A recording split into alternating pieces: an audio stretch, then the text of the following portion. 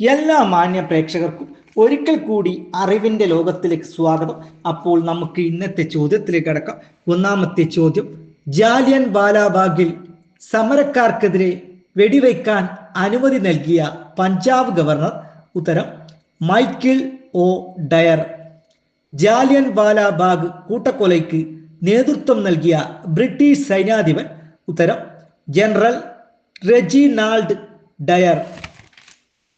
1919 April 13 Jallian Walabagh വെടിവയ്പ്പിന് ഉത്തരവിട്ട ഉദ്യോഗസ്ഥൻ? ഉത്തരം ജനറൽ ഡയർ. മൈക്കിൾ ഒ ഡയറിനെ വധിച്ച വിപ്ലവകാരി?